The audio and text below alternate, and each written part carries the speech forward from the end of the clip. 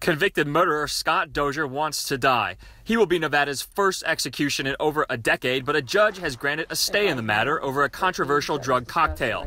The state wants to use a never-before-tried combination for the lethal injection, including fentanyl, the strong pain reliever.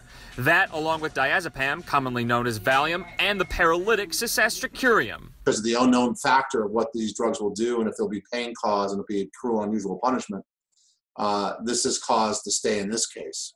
Dozier, his lawyers, and activist groups have objected to the use of the paralytic on grounds that it could mask signs of suffocation or other suffering if not properly administered in the event the other two drugs wore off.